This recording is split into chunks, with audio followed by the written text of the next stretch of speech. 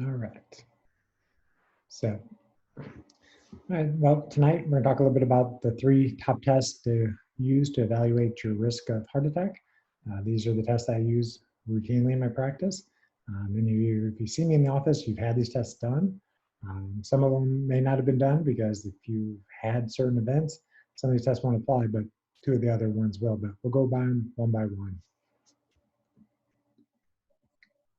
So this is the famous artery picture I usually show you if you get your blood work done with me. That's on the last page. Shows you where your normal artery is. We have normal wall thickness, normal endothelium. That endothelium is that first layer of cells that lay over the vessel wall, and they keep what's supposed to flow in the lumen where the blood flows, separate from where the wall is. Some things are supposed to pass through there, but not everything. We'll talk about that in a slide coming up. So this is a normal artery. This is an artery that plaque is starting to develop, and inflammation is one of the major things that drives that. Then later, damaged cholesterol is getting stuck in the artery. You're building up more and more. But if you have a real thick cap over the plaque, it's not necessarily going to cause you any problems. It's just kind of sandwiched into the wall. But once you start having a lot more inflammation, it starts thinning out like a little pimple, and then ultimately it can pop. And this is what actually causes the heart attacks. When this plaque ruptures through the vessel wall, the blood basically will coagulate or clot and seal off that rupture, but that plaque now blocks all the nutrients from going downstream. So the tissues downstream don't get its oxygen or its blood supply. So that tissue starts dying if the blood flow isn't restored. So the test that I will routinely recommend are the CT coronary calcium score and the CIMT. Those are looking directly if there's plaque building up in your arteries. The calcium score test is basically looking for the white flecks. That's looking for hard plaque that builds up in the arteries. And the CIMT is looking a little bit more at the soft plaque, as the artery is starting to thicken, which is an earlier stage abnormality of the blood vessel. So you have 3 coronary arteries that supply the nutrients to the heart. You have a right coronary artery that goes around the side and to the bottom of the heart. You have a left main artery that goes down the front part of the heart and branches into the left anterior descending. And then you have an artery that wraps around the side called the circumflex. And this is just kind of a cutaway or a donut cut of one of the arteries. And the normal artery will have a nice open lumen and no plaque that's either progressing into the lumen or growing outward. Sometimes the plaque will actually positively remodel. So you'll still be putting a lot of plaque in the arteries, but it's not affecting the blood flow. So this is what it would actually look like. This is probably a 30% stenosis or blockage in one of the arteries. Enough nutrients are going to get past this, so you're not going to have any symptoms. So this is kind of the classic lesion where you would pass a stress test because it's not severe enough to trigger a stress test, and you could still be at risk of a heart attack. So the goal is find out if you have any plaque, and if you have plaque, do some testing to figure out what's causing the plaque to be there. But there's things from a lifestyle, supplement, medication standpoint that can help stabilize that plaque so that you just seal it off in the wall and it doesn't go on to rupture.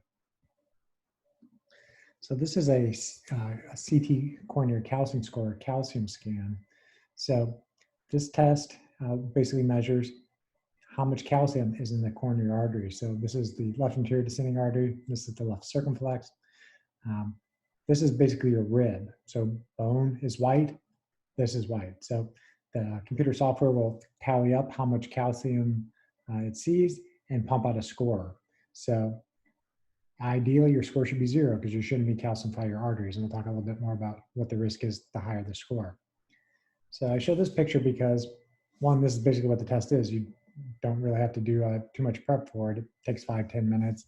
No IV. You don't necessarily need to undress. We'll hook a couple of EKG leads on to you just to trigger your heart rate when the machine is spinning around. But it's a pretty painless and a quick 5-10 minute test, and usually the results within a day. But to show that, to show what it would look like.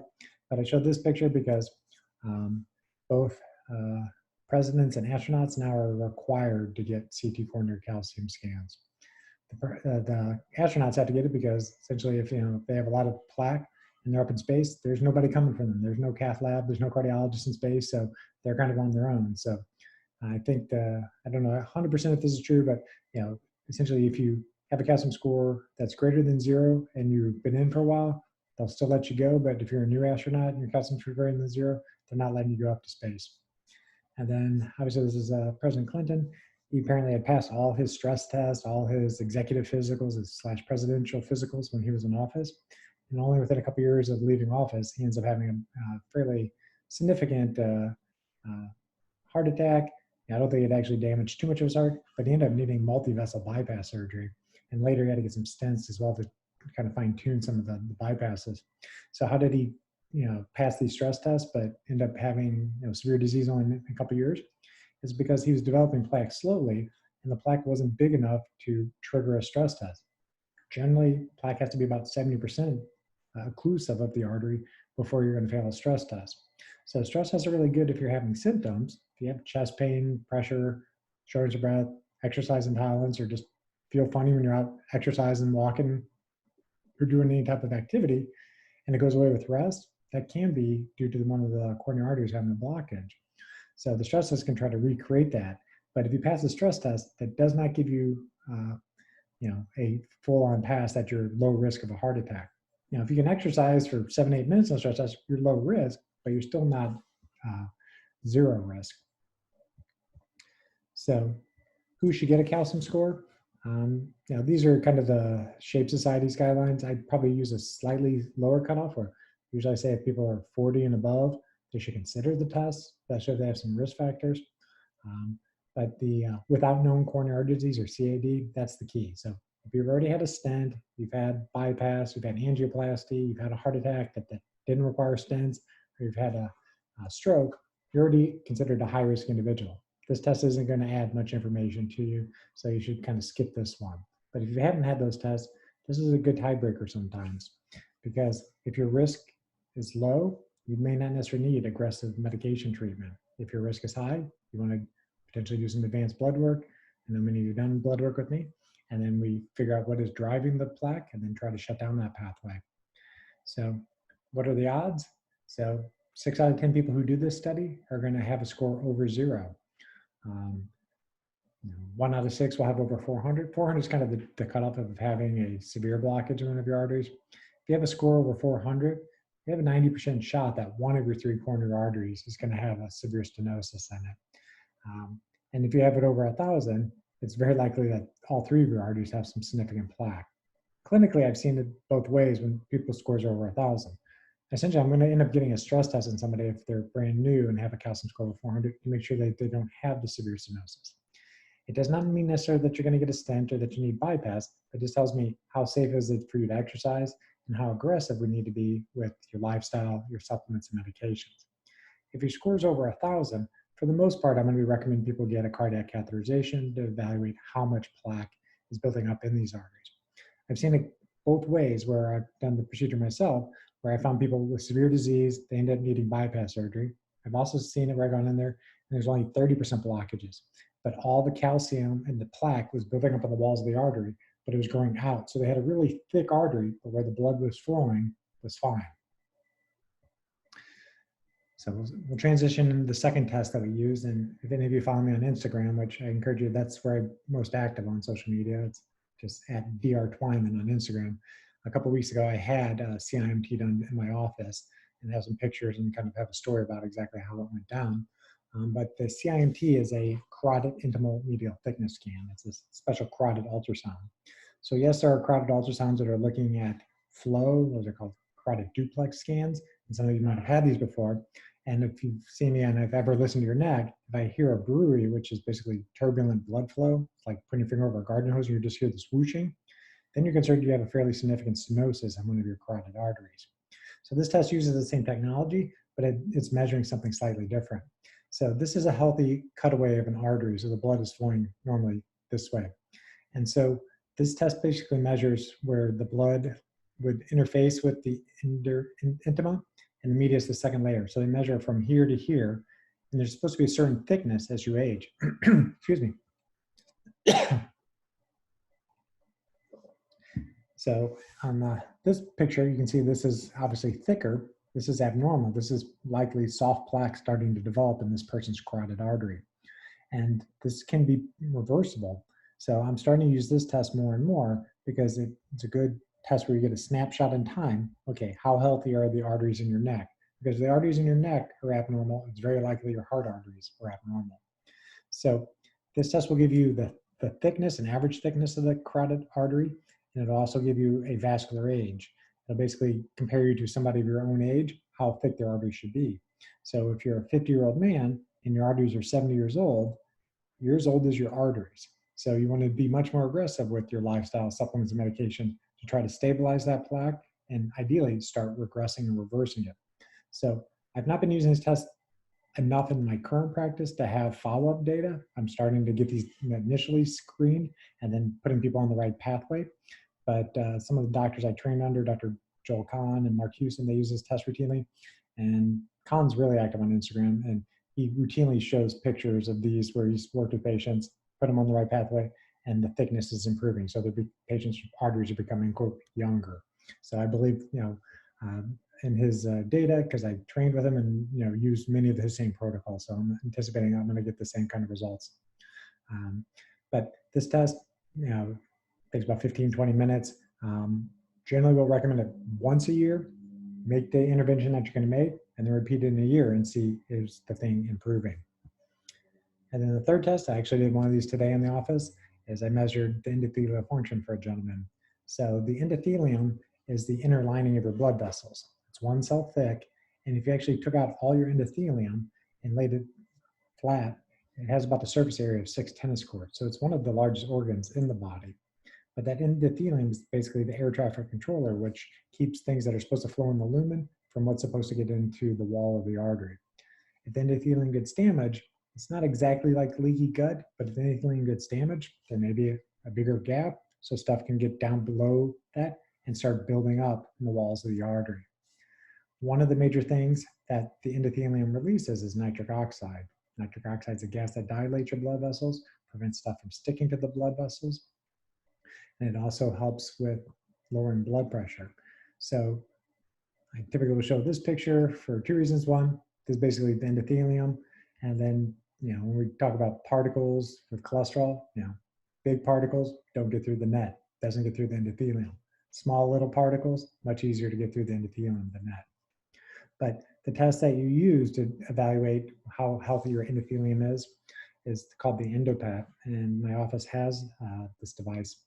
And this was a study we done recently, but this is the box. It's hooked up to a computer, and you have a finger probe on both of your index fingers. Test takes 15 minutes. There's a 5-minute run-in period where both of the fingers flow, and it's measuring something called peripheral arterial tone. It's measuring the blood flow in the capillaries and arteries of the fingertips, and it should look the same on both sides.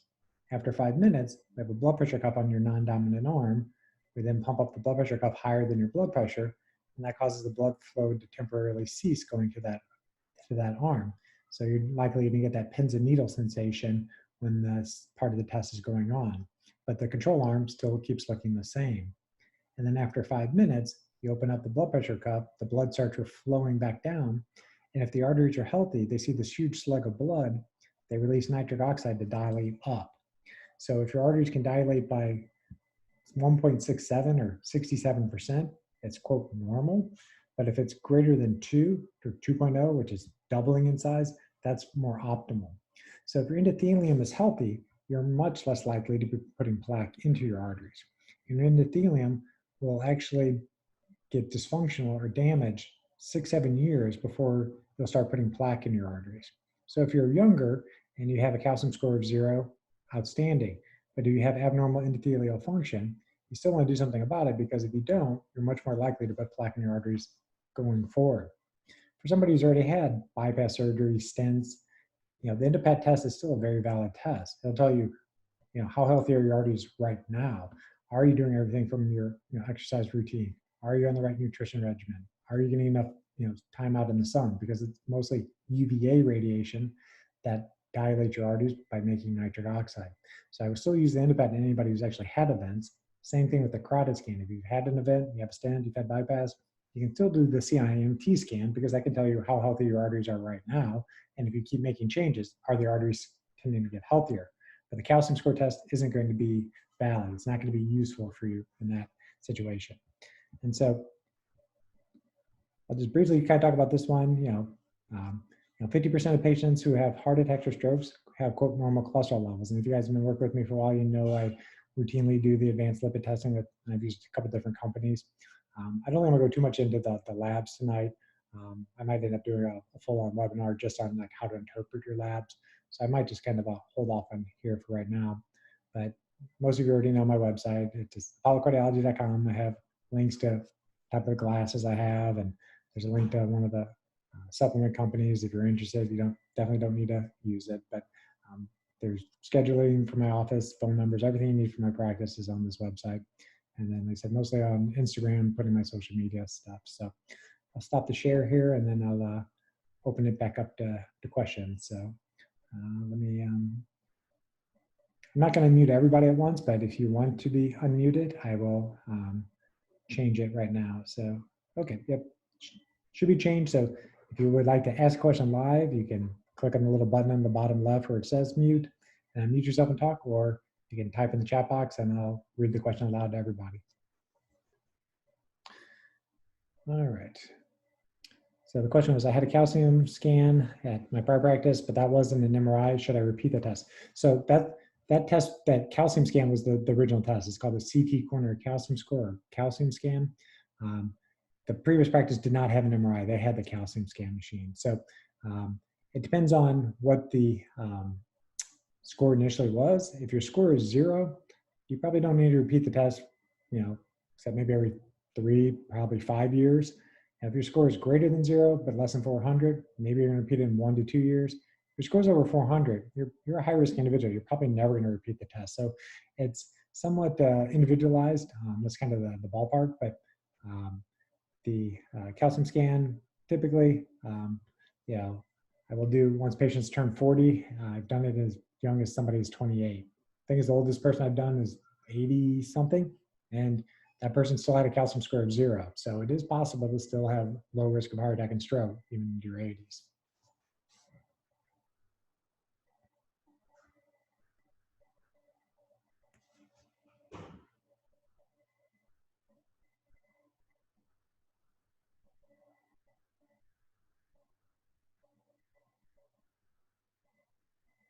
And if you don't have a particular question, but you want me to kind of expound on anything or comment on anything, just type a topic in the chat box and I'll go off on topic on that for a while.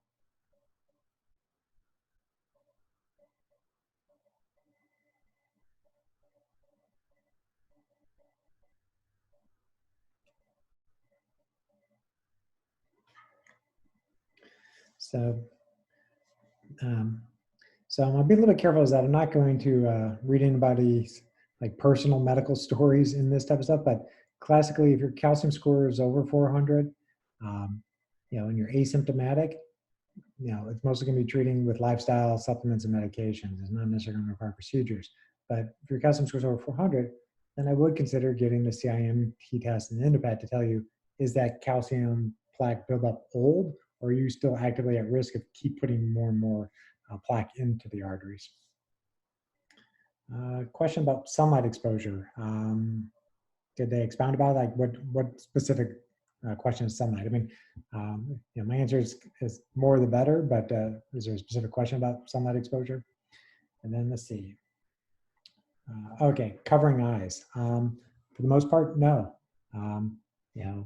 You weren't born with sunglasses and you don't need sunglasses. There's no other animal in the world that wears sunglasses. So, I will give the caveat that, if you're driving a car and it's bright and you can't see, wear your sunglasses. If you're out on a lake and there's water, reflecting the sun into your eyes and you can't actually see, wear your sunglasses. But the greatest majority of the time, you shouldn't have anything between your eyes and the sun, because the sun programs your body's hormones and this certain clock in your head, the suprachiasmatic nucleus, gets programmed by the intensity of light.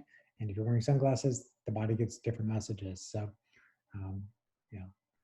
I have very fair eyes, and it took me about 10 to 14 days to basically wean myself off sunglasses. I used to be very addicted to them. I'd wear them constantly when I'd go outside. Now, if it's too bright, I wear a hat or just, seek shade. I don't wear sunglasses anymore. Question, can I ask another light question? As far as catching sunrise, how much time should we spend doing that? Typically 15 to 20 minutes. I mean, that would be ideal. You know, yeah, if you can see even before the actual sun breaking the equator, or I'm sorry, breaking the horizon, that's useful. But more the better. So 15, 20 minutes would be optimal. Um,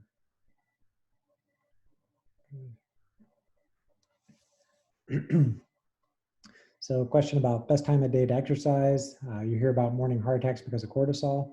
That is true. Cortisol is a hormone that increases in the morning time. That is a normal circadian rhythm. Cortisol is an arousal hormone, and your body starts making it more between 3-ish and 5 o'clock. So yes, that's one of the reasons why heart attacks tend to be more prevalent early in the morning. Cortisol makes your blood stickier, so there's more likely to clot. And it's cortisol is like the balanced by melatonin. So if you have high cortisol, you have low melatonin. And melatonin is the hormone of sleep, or darkness, I should say. If you don't have melatonin, you're not going to sleep well. You're going to tend to have high cortisol because you're going to have high stress levels because your body isn't repairing itself. But back to the original question, what best time of day to exercise? It actually depends. It depends on what your goals are. If it's absolute muscle gain and strength, getting a personal best, it's probably between 1 and 3 p.m. is the optimal time from a hormonal standpoint. Uh, you know, Early in the morning, sometimes that's the only time that people have time to do it before they go to work or do whatever they need to do. So if that's the only time, do it in the morning. But if you have the option, probably in the afternoon is probably better physiologic. The only caveat is you don't want to do it too soon before bed because you don't want to raise your uh, core temperature, which would affect your ability to fall asleep easily. So probably don't want to do really hard exercise, at least 2 hours before bedtime.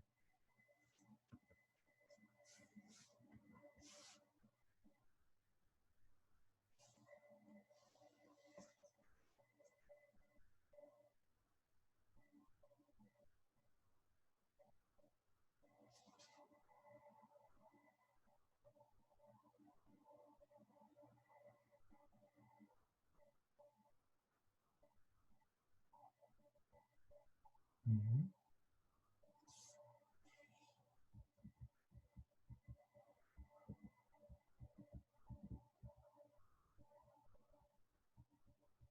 Dr. Twyman, it was, really rainy this morning. So I've been going out in the morning and getting the sun. Kind of do have some trees. Right now it's working okay because the trees don't have leaves in them. They're kind of in the distance. So I can catch the little globe, I'm out there at before it actually rises, and you can see it coming up when there's sun, not this morning, of course. Um, and it's in between tree branches that don't have leaves. So I'll have to find something else once those leaf out. I don't suppose those block that much that's too much of a problem. Probably It's not not. super. I mean, and it's one of these that what is optimal? It's seeing the sun break the horizon. What is the best, second best is just being outside and observing the change of the color of the sky. Because it's, the light from the sun is important, but it's also the intensity of the sun. It's the lux or power intensity that your body is sensing. So even today, yes, I went outside. Yes, it was gloomy and you didn't see the sun. But when there's this much cloud cover, basically it's all red light coming through it. So red light is regenerative. So, Dr. Cruz basically calls it a sauna day. So there's still benefit of going out. Yes, the UV light's probably going to get filtered by the clouds this day. So you're probably not making any vitamin D today, or very little if you're outside in midday, but it's still beneficial from a light intensity standpoint to go out at sunrise, even if you can't see the sun. Today it was raining really good at Yeah. sunrise. And anyway, it was the first day that I didn't go out since maybe the 2 weeks or so that I've been doing that. I just didn't. Um, anyway, slept in. Yeah. But I don't know. Anyway, the other days, there's still been plenty of days where it's been, like you said, you're just seeing the color changes in the sky. Even when I'm looking right where I'm supposed to look, there's no sun breaking that you can see. But we've had, I don't know, 50-50.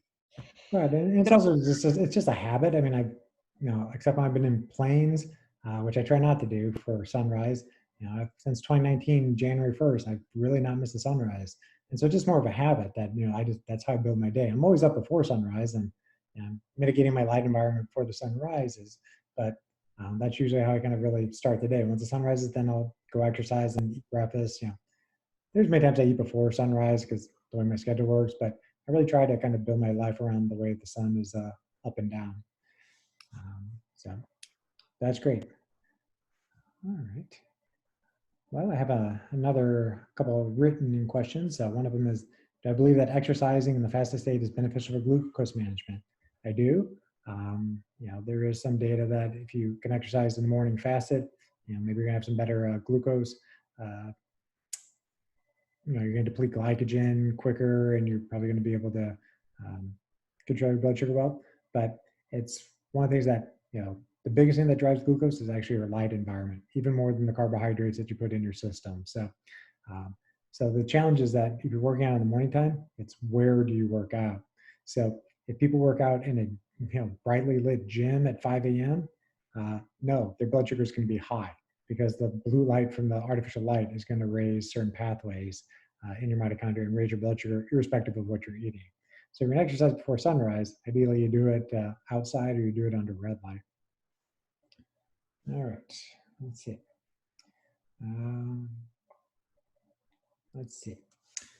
Question about mitochondria. When we talk about mitochondria leaking, which contributes to, I assume this is mitochondrial reactive oxygen species, does one leak, or they all leak, or they only leak on one chromosome? So I'll take it as that, probably, the question is, and probably back up a little bit, so the mitochondria are the organelles in the cells that make energy. So they take oxygen from your environment, they take glucose from your environment, they burn it in the system for energy. While they're doing that, there's different pathways that make reactive oxygen species. You're basically burning the fuel. So the reactive oxygen species are not necessarily bad. They're signaling certain things to happen, and they also turn on certain genes. But if there's unfettered reactive oxygen species, then you start doing some significant damage to the other cells and organelles, and that's when you basically start rusting from the inside out. So reactive oxygen species are not necessarily bad. It just depends where they're abnormal. All right. And it looks like Stephen has a question. So I do. Can you hear me? yes, I can. Oh, great. So first of all, I want to thank you so very much for doing what you're doing. You're very welcome. And so my next question is, how about sunset? Is there any benefit to watching sunset? Yes, there still is benefit at seeing sunset. Sunrise is more important because of the way it starts the clock for the day. But sunset is also a very good trigger. Essentially, it depends what time of day it is, but if sunset is whatever it was tonight, 5:45, 6 o'clock or so, within an hour or so of sunset, UVA radiation starts dialing down, and I think today's UVB radiation dialed down around 2 or 3 o'clock. So you're really only getting a lot of red light near sunset, and so that red light is also a signal to the body. Okay, it's getting dark because there's not as much blue light going into your eyes. And so your body starts preparing for sleep. So the sunset still is very important. Kind of a caveat to it is that, if you're out, I'm not saying necessarily tanning, but if you're doing some hybrid sun exposure, is if you get morning sunlight before UV radiation comes out, that preconditions your skin for when UV radiation comes out, you're much less likely to burn. But if you somewhat overdo the midday sun, that sunset light where it's a lot of red, that red light is regenerated. That red light can help with any type of burning or overload of the UV radiation. So essentially, my background's red because I have one of my red lights on in the background. But the sunset is your natural red light, so it's still very beneficial.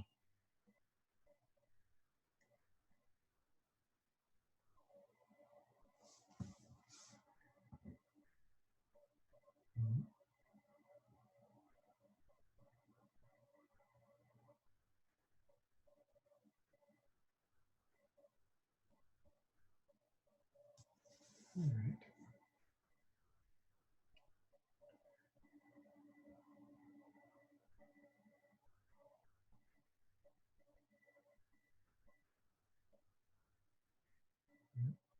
Well, I'm free to about 7, so I'm still available for some questions if they come in.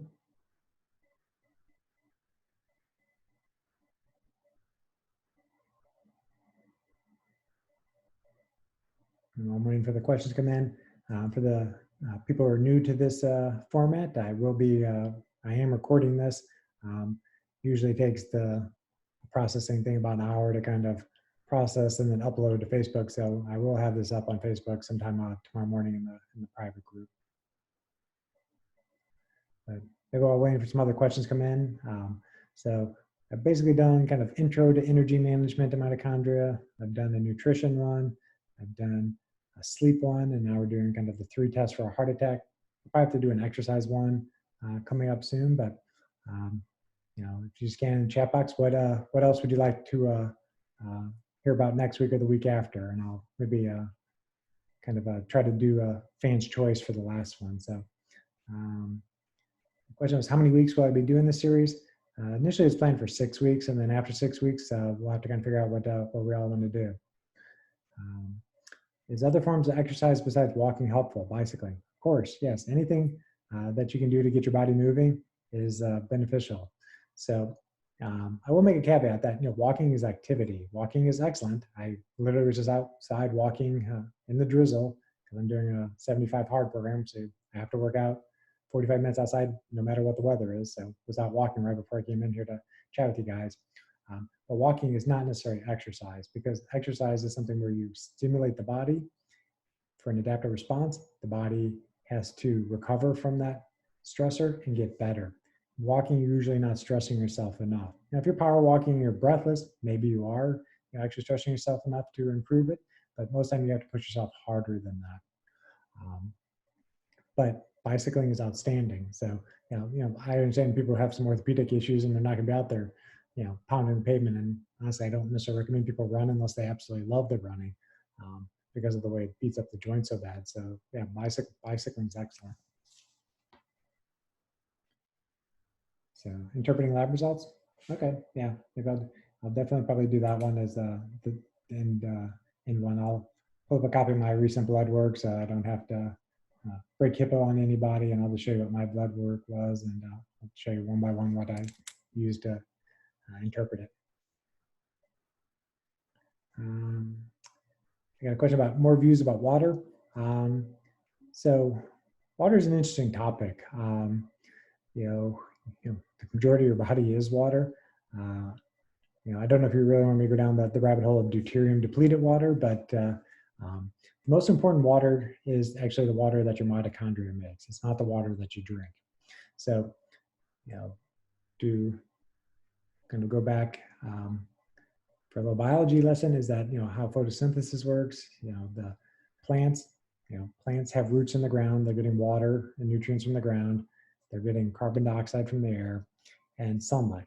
And then they turn that into glucose. They turn basically air into matter. Then your body, when you eat a plant, basically reverses that process, and you end up making carbon dioxide and water from the glucose from the plant. So you breathe out the carbon dioxide, the plants then pick it up again and start the process again. But it's the water that your mitochondria made, which is important because it's the water that does a couple of things. It folds proteins a certain way, and it also is used as a battery. So your body uses water as a battery to store energy. Basically, that water battery gets built by the light environment. So this is why when we talk about your body being a solar panel, you need your skin literally in the game to charge up the water that your body keeps making for you. So I mostly will focus, water talks about that now, it's focusing on the mitochondria's health, but the water that you drink is important.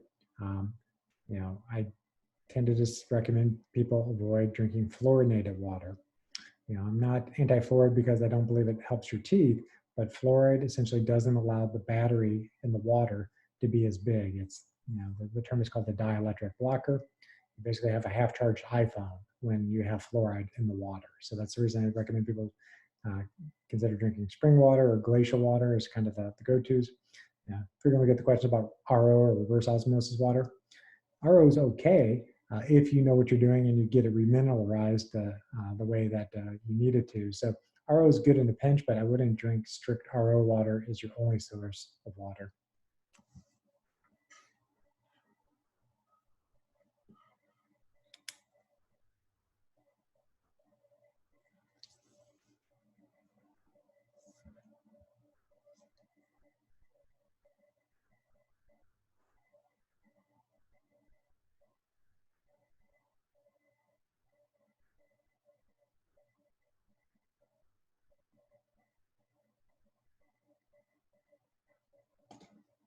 So a question about calcium supplements contributing to plaque. Do I agree? That seems to be the data. Your body, very tightly controls calcium metabolism. Um, so, I'm not going to tell you if you're on calcium without, seeing an office to stop things like this. But for the most part, people do not need a lot of oral calcium. You're getting your calcium in your greens, fine. If you're okay with dairy, fine. But honestly, dairy is not the greatest source of calcium. You got to, drink a whole lot of milk to get enough calcium. But what's most important about calcium is how it gets transported and told where to go. And the main two kind of cops for that are vitamin D and vitamin K2. So if you have low vitamin D and your calcium index score, your calcium scan is high, fix the vitamin D deficiency, and then also use vitamin K2, because then that starts keeping the calcium going to the bones and the teeth and preventing from building up in the arteries. So, um, you know, if you have osteopenia or osteoporosis, that's a bad sign, because that just basically means you're pulling calcium out of your bones and it goes somewhere. It usually ends up in your blood vessels. So osteopenia, osteoporosis is definitely a risk factor for coronary artery disease.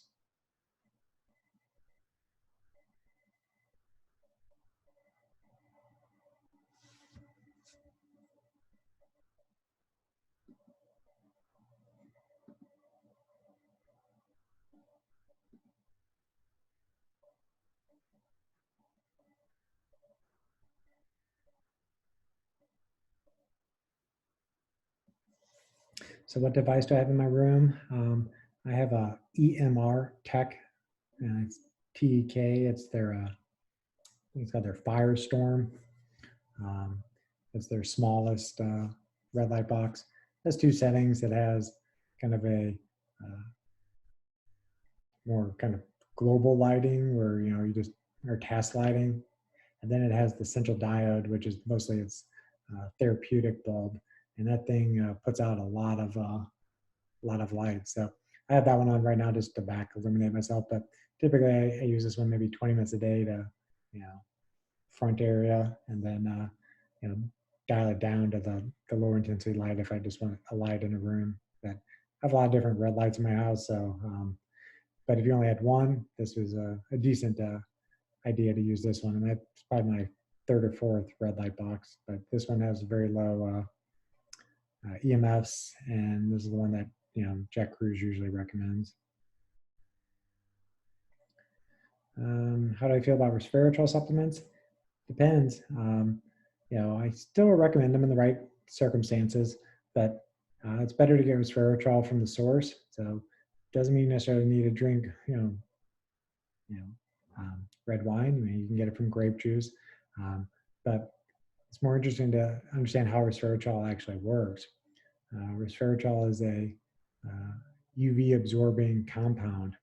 So basically, when you eat foods that have high levels of resveratrol, you're basically building up your body's ability to store more sunlight in it. So if you have resveratrol, you get sunlight on your skin. When UV radiation's out, that resveratrol helps absorb it, and then you can shuttle more UV light to the other cells that need it.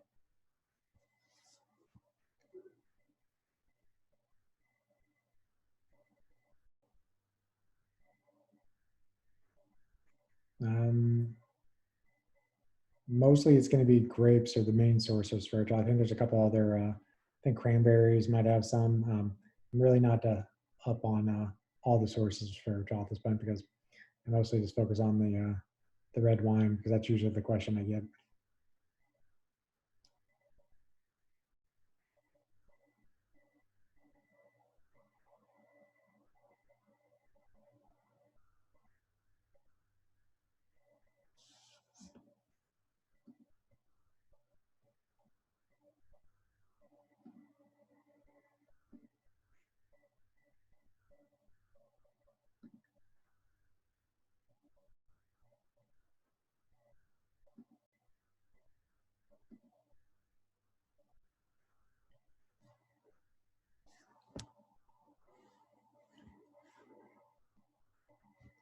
right.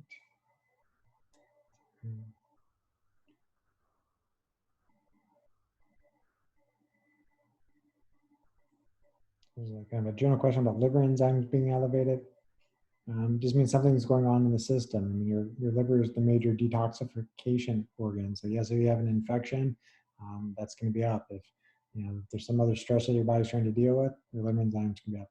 Sometimes it's from certain medication supplements that need to be backed off on. So, but if it improves, then maybe it was an infection. When the liver enzymes are excessively high, well, then you got to start worrying. Is there a viral hepatitis or something else that's really impacting the liver? Question: if you can't lift weights due to back issues, what do you recommend? This is the caveat: is that I'm not an exercise physiologist or a physical therapist. Is find somebody who can work around whatever limitations you have, because yes, you're not going to be doing heavy squats and deadlifts and those type of things, but there's still some type of resistance training that somebody can help show you how to do. Maybe you're going to be doing resistance bands or something else, but you still need to stimulate your muscles to the best of your ability, working around whatever limitations you have.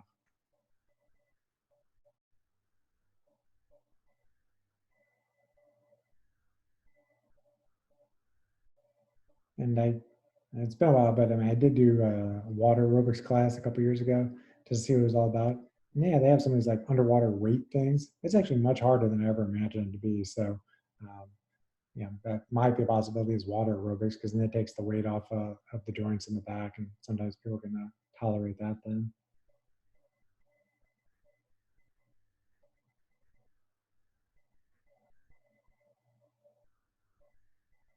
You're welcome. That's awesome.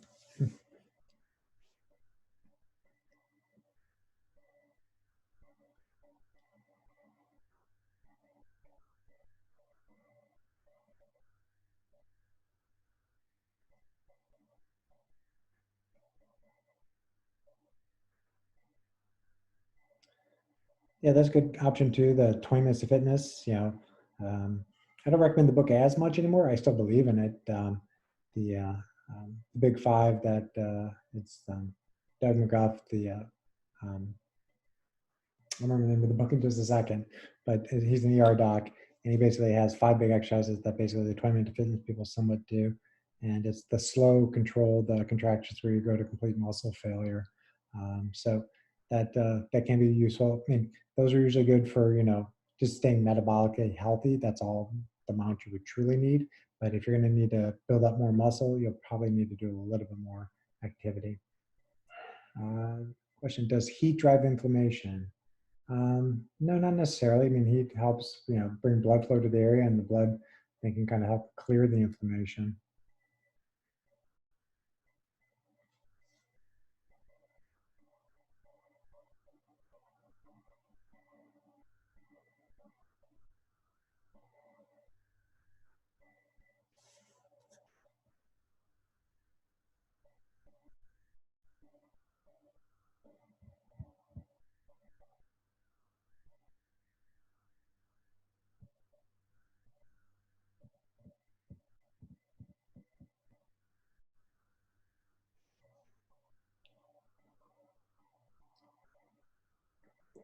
So that's just Mountain Valley spring water. So I generally don't drink anything else after sunset other than water. So reversing plaque buildup, how is that possible? It is definitely possible. I've seen it, and there's definitely data that it can happen, but it's multifactorial. So it usually requires a fairly intense lifestyle change, supplement change, and likely it's going to require prescription medications to get the full effect. But one of the things that I added to the regimen that I wasn't previously doing is, after I went to with Dr. Cruz in Cancun in January, was most people live indoor lives. They're inside 80, 90% of the time. So yes, maybe they're sneaking out, getting the sunrise, and maybe they're getting a little bit of sun throughout the day. But your body was ideally conditioned to be outside 80, 90% of the day. And so if you got that much sun on your skin, you're going to make a ton of nitric oxide. It's much, much less likely you're going to be putting plaque down in your arteries with that much nitric oxide. So he basically has anybody who has coronary disease outside, no shirt on, as much sun as they can get throughout the day. Now, obviously, it's not practical for everybody all the time. So, as a kind of biohack or workaround, you can use one of these red light boxes and do 20 minutes over the heart area every day. That may help as well because it's basically stimulating the mitochondria in the heart without having to put food into the mitochondria. And that red light can help improve collagen and may help start reversing plaque. So I've added red light therapy to the plaque reversal protocol.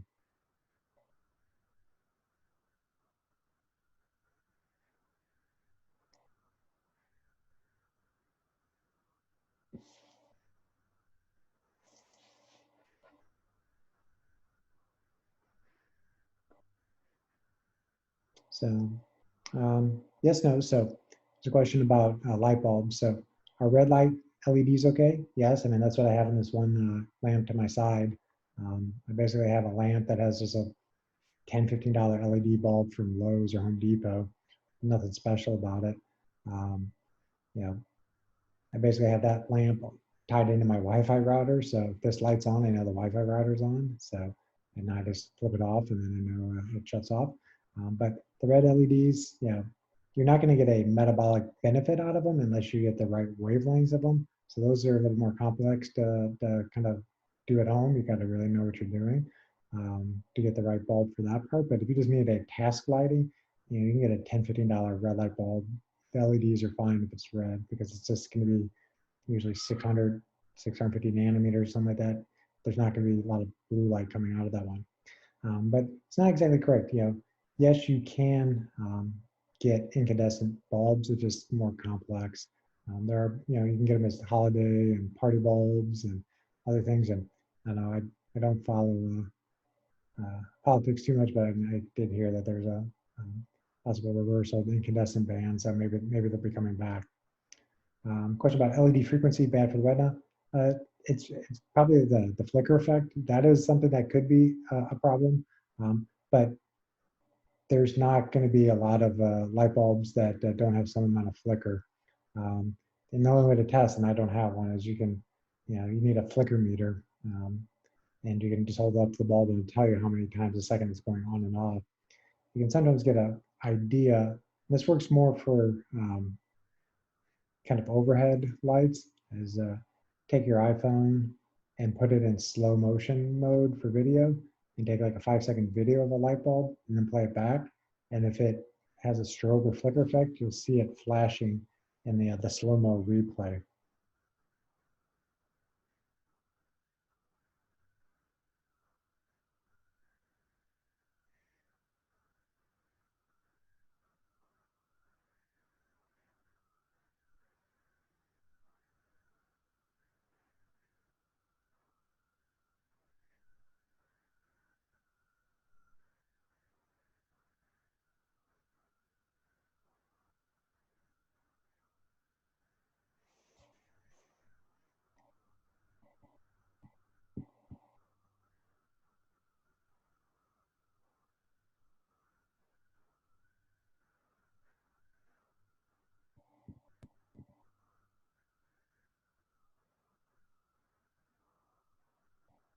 Mm-hmm.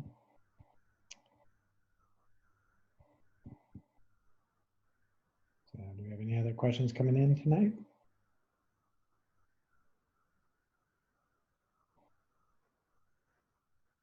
If no other questions come in, that's okay. Like I said, I'll get this up to the Facebook group by tomorrow morning, and then probably next week I'll probably do exercise, and then the week after that we'll go over the lab result one.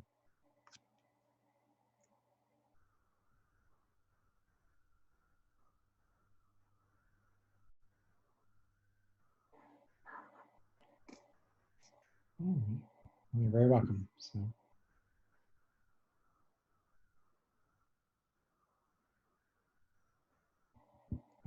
That's why I do this. I like to talk to you guys and get the information out, and help you guys on your journeys to optimal health. So I will